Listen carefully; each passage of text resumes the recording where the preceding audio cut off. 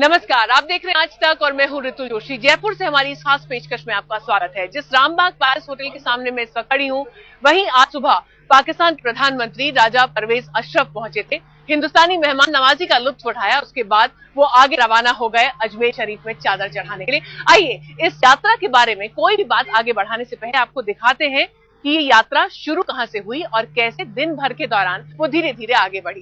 पहली तस्वीर है उनके हिंदुस्तान आने की। उन्होंने लैंड किया था जयपुर में सुबह 11:55 पर। उसके बाद जब वो आगे चले तो उनका सीधा रुख हुआ रामबाग पैलेस होटल का, जहां वो पहुंचे और उसके बाद 12:15 बजे उनकी मुलाकात हुई भारत के विदेश मंत्री सलमान खुर्शीद के साथ, जिन्होंने उनके लिए एक आलीशान दावत का आयोजन किया था। 2:45 बजे वो रवाना हो गए अजमेर शरीफ ख्वाजा मोइनुद्दीन चिश्ती की दरगाह पर चादर चढ़ाने के लिए। 4:20 पर वो अजमेर से बाहर निकले। वापस उन्होंने जयपुर का रुख किया। यहां पहुंचकर वो फिर रवाना हो गए सीधे इस्लामाबाद के लिए।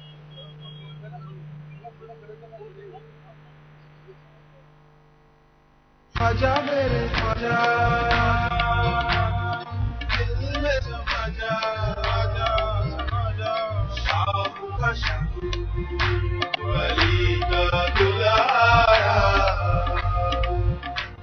गरीब नवाज की दरगाह पर एक दगाबाज मुल्क का बादशाह नंगे पांव पहुंचा था।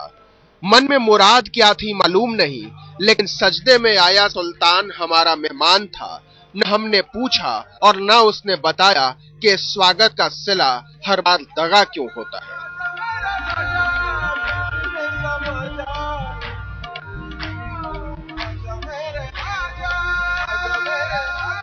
खादिमों का कुनबा स्वागत के लिए कतार बांध कर खड़ा था कि मेहमान भगवान होता है, तकलीफ न हो गरीब नवाज की बंदगी में।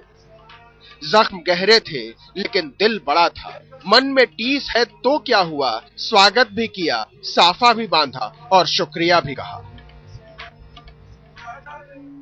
ये सच है कि पाकिस्तान ने हमारे 2 सैनिकों का सिर कलम किया है। ये भी सही है कि पड़ोसी ने इस पर पैंतरेबाजी की, और ये भी सच है कि व्यवहार के शब्दकोश में इसे दगाबाजी कहते हैं। लेकिन अल्लाह की बंदगी में बंधे हुए हाथ बंदों से खफा होने की गुंजाइश छीन लेते हैं।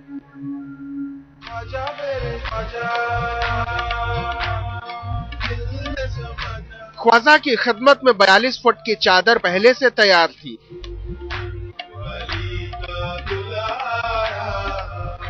राजा परवेज अशरफ ने उसे दोनों हाथों से ऊपर उठाया। पूरा अमला साथ था। कहते हैं गरीब नवाज की चौखट पर आने वाला बादशाही छोड़ कर आता है, लेकिन बंदगी के लिए बादशाहियां ताक पर रखी जाएं, वो दौर कब का गुजर चुका।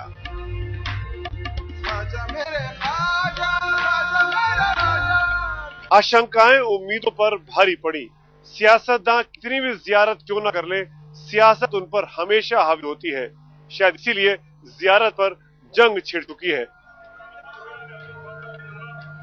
राजा परवेज ने इत्मीनान से दुआ मांगी। हमें नहीं मालूम अपनी खातिर, अपने बच्चों की खातिर या अपने मुल्क की खातिर।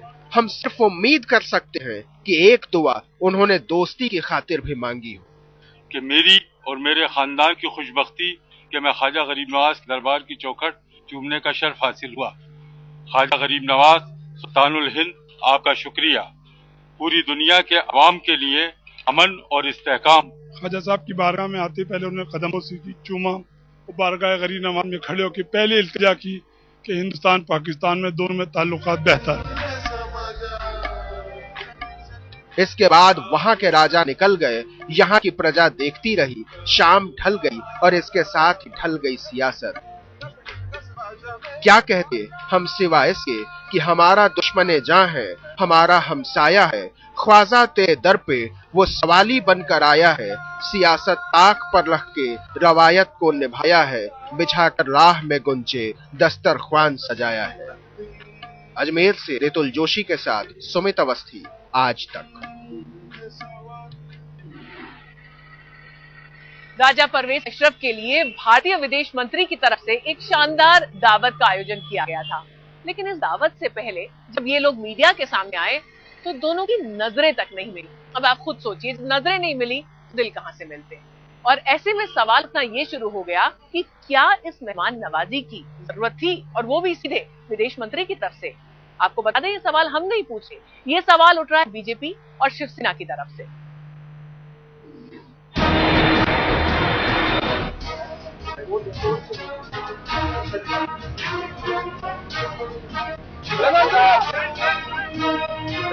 सरहद पार की सल्तनत का सूबेदार आया था। हमारे मन में कुछ सुलगते हुए सवाल थे, जलते हुए एहसास, लेकिन मेहमान चाहे जैसा हो भगवान बनाना पड़ता है। जयपुर की जमीन पर जब जहां पनाह का उड़न खटोला उतरा तो स्वागत भी करना पड़ा और सलाम भी ठोकना पड़ा।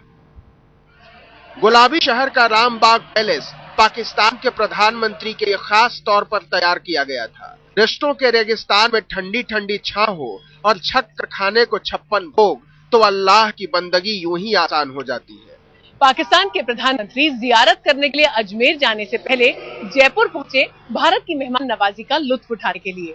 भारत का नमक तो उन्होंने खा लिया, लेकिन अफसोस इस बात का है कि इस नमक का कर्ज चुकाने के लिए उनके पास इस कार्यकाल में सिर्फ 16 मार्च तक का ही टाइम है।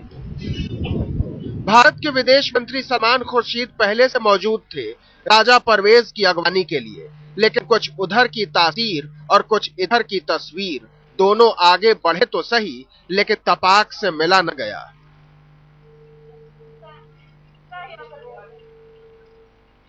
नजदीकियों की तस्वीर में दोनों देशों की दूरियों की नुमाइश है। निजी दौरे की इस नुमाइश में राजनीति का रंग भी नजर आ गया और अपने अपने मुल्कों की तमन्नाओं का तंज भी। इसलिए हाथ तो मिले, निगाह नहीं मिली। मुमकिन है ये सिर्फ इत्तेफाक हो, लेकिन जब मसले नाजुक हों और मजबूरियां बड़ी तो इत्तेफाक भी बोलते हैं। क्या ये यूं ही है कि जब राजा परवेज की निगाहें सलमान खुर्शीद की ओर थी तो सलमान सामने देख रहे थे, और जब सलमान की नजरें पाकिस्तानी मेहमान की नजरों में भरोसे की गहराई टटोल रही थी तो परवेज की निगाहें कहीं और मसरूफ थी। आज क्योंकि एक निजी यात्रा थी तो इस पर कोई औपचारिक रूप से हम अधिकृत रूप से कोई ऑफिशियल बात करते या कोई ऐसी बात करते। मेहमान बहुत विशिष्ट है, इसलिए हम शिष्ट हैं। सलमान खुर्शीद बहुत मजबूर विदेश मंत्री हैं। निजी मेल मुलाकातों में देश का सवाल भूलना पड़ता है। ये कोई ऐसा अवसर नहीं था, ना ही मुझे ऐसा कोई अधिकार इस समय था कि मैं उन विषयों पर चर्चा करूं। भोजन और विश्राम के बाद मेहमान का हेलीकॉप्टर फिर से हवा में उड़ गया। इस बार दिशा दरगाह की ओर थी, मंत्री को टाल दिया था और अब मन में सिर्फ मुरादें थी। लोगों की नजरें उनकी इस यात्रा पर खूब टिकी थी। जयपुर से लेकर अजमेर तक उनकी इस यात्रा का विरोध भी जमकर हुआ। परिवार वालों के साथ साथ 50 लोगों की भारी भरकम टीम प्रधानमंत्री के साथ थे। अब बीजेपी बोल रही है, मिलने गए तो गए, पूछा क्यों नहीं कि कटी हुई गर्दनों का हिसाब कैसा है। पाक स्पॉन्सर्ड टेररिज्म को रोकने के लिए गंभीर प्रयास पाकिस्तान के द्वारा जब तक नहीं किया जाता है तब तक तो मैं समझता हूं कि किसी कूटनीतिक बातचीत का कोई औचित्य नहीं है। यहाँ चर्चाएं चलती रही और हवा में उड़ता बादशाह फकीर की दरगाह पर पहुंच गया, वजू किया, साफा बांधा और दोनों हाथों में उठा ली चादर। इस देश का दगाबाज दुआ की दरगाह पर सजदे में था और हम सिर्फ इतना कह सके, यहाँ आने का शुक्रिया। जयपुर से शरद कुमार के साथ ऋतु जोशी और सुमित अवस्थी, अजमेर, आज तक। पाकिस्तान की तरफ से हिंदुस्तान के सीने पर मिले जख्म इतने गहरे हैं कि पाकिस्तानी प्रधानमंत्री की ये निहायत ही निजी कही जाने वाली यात्रा को लेकर भी तमाम सवाल उठने शुरू हो गए। और बार बार सवाल ये भी उठ रहा था कि क्यों आतंक का मुद्दा नहीं उठाया जा रहा, क्यों उनसे सवाल नहीं पूछे जा रहे। विरोध इतना ज्यादा था कि जयपुर से लेकर अजमेर तक हर जगह उन्हें विरोध का सामना करना पड़ा। अजमेर में तो हालात ये हो गए कि प्राइम मिनिस्टर का रूट तक बदलना पड़ा। मुर्दाबाद! मुर्दाबाद! मुर्दाबाद! मुर्दाबाद!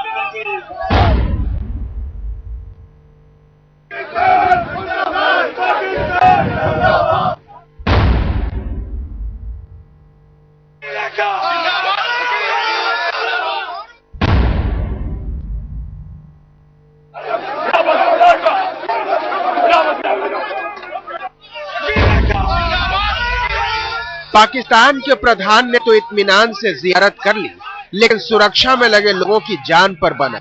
एक तरफ वकील उनका रास्ता रोककर खड़े हो गए और दूसरी तरफ बीजेपी के कार्यकर्ता।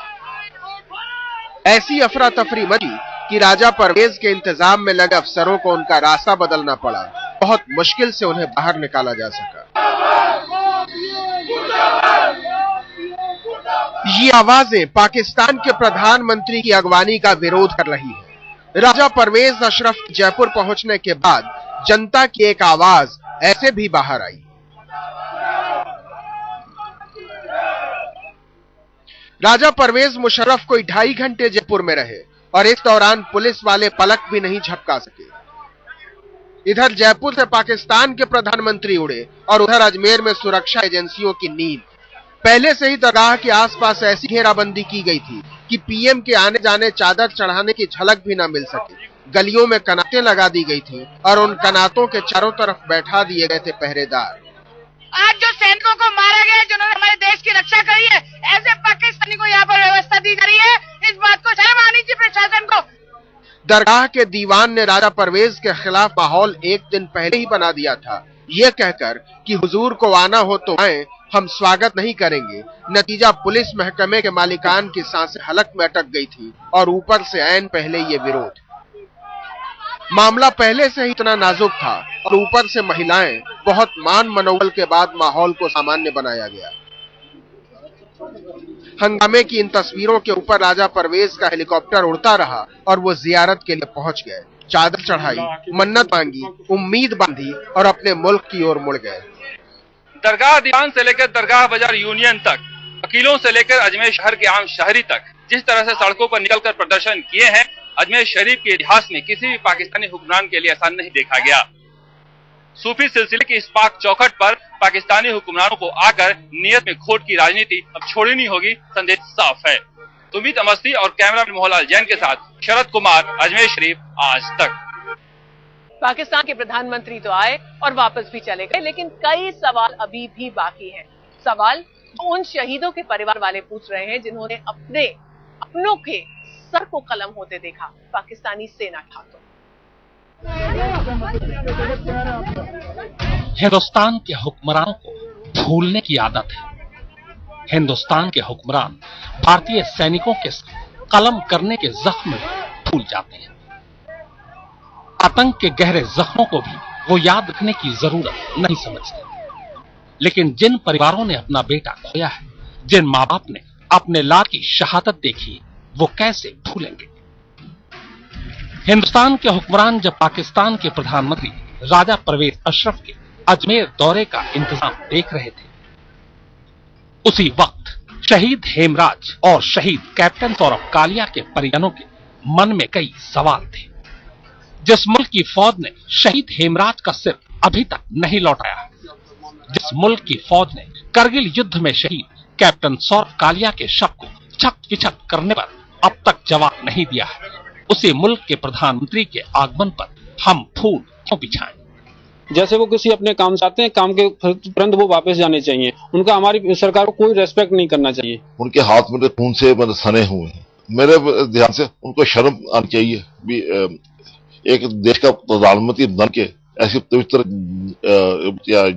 जगह के ऊपर आने की सोच रहे। पाकिस्तान के प्रधानमंत्री राजा परवेज अशरफ ख्वाजा के दरगाह पर जियारत कर पाकिस्तान लौट गए, लेकिन क्या आगे पाकिस्तान की फितरत बदल जाएगी? भारत को जख्मों की सौगात देना पाकिस्तान छोड़ देगा? आज तक ब्यूरो। पाकिस्तान के प्रधानमंत्री की भारत यात्रा ने भूचाल सा खड़ा कर दिया, क्योंकि जियारत के साथ साथ सियासत की भाषा भी लगातार बोलती जाती रही थी और इस पूरे हंगामे के बीच सेना को चुप्पी थामे बैठना पड़ रहा था। लेकिन सेनाध्यक्ष ने ढके छुपे शब्दों में कड़ी चेतावनी तो दे ही डाली। जुबा पर जियारत लेकर आए हैं पाक पीएम, लेकिन देश के दिल पर लगे जख्म इतने गहरे हैं कि जियारत भी नफरत बनकर रह गई है। सरहद पर पाकिस्तान की नापाक करतूत को भला कैसे भूला जा सकता है? कैसे माफ कर सकता है हिंदुस्तान शहीद हेमराज का सिर काटने वालों को? सेना का सीना सुलग रहा है, खून खौल रहा है, लेकिन सियासत की इस जियारत पर उसकी जुबान फिलहाल खामोश है। देखिए, ये इसके अंदर उस टाइम हमने अपना कंसर्न बता दिया था, ये पॉलिटिकल डिसीजन है, तो गवर्नमेंट को डिसीजन लेने दीजिए। इसके ऊपर मैं एक चीफ टिप्पणी नहीं करना चाहूंगा। सरकार का कहना है कि पाकिस्तान के प्रधानमंत्री जायरीन की तरह ख्वाजा के दर पर आए हैं, लेकिन सवाल ये भी है कि भारत के सीने पर बार बार भाला भोंकने वालों को कैसे सम्मान दिया जा सकता है, कैसे माफ किया जा सकता है। हेमराज का सिर काटने वाले कायरों को कैसे सम्मान दिया जा सकता है। मुंबई हमले के गुनहगारों को खुला छोड़ने वालों को कैसे आतंकवादियों को पनाह देने वालों को आने की इजाजत दी जा सकती है। इसीलिए सीने में धड़कते ज्वालामुखी के बावजूद सेना की जुबान जहर नहीं उगल रही, लेकिन चेतावनी जरूर दे रही है।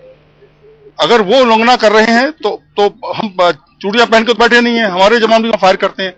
रक्षा विशेषज्ञ भी पाकिस्तान के प्रधानमंत्री राजा परवेज के दौरे को सही नहीं मानते, बल्कि वो तारीफ कर रहे हैं दरगाह के दीवान की, जिन्होंने जियारत कराने से इनकार कर दिया।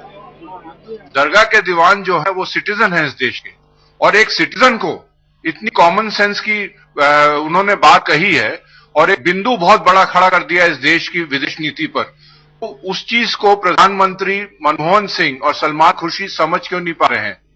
सरकार के तर्क अपनी जगह, लेकिन पाकिस्तान के पीएम राजा परवेज की जियारत भी सेना के जख्मों पर नमक छिड़क रही है, लिहाजा ख्याल रखना होगा कि कहीं यह जख्म मासूर न बन जाए। पंचकूला से सतेंद्र चौहान के साथ आज तक ब्यूरो। हमारी खास पेशकश में अभी के लिए बस इतना ही।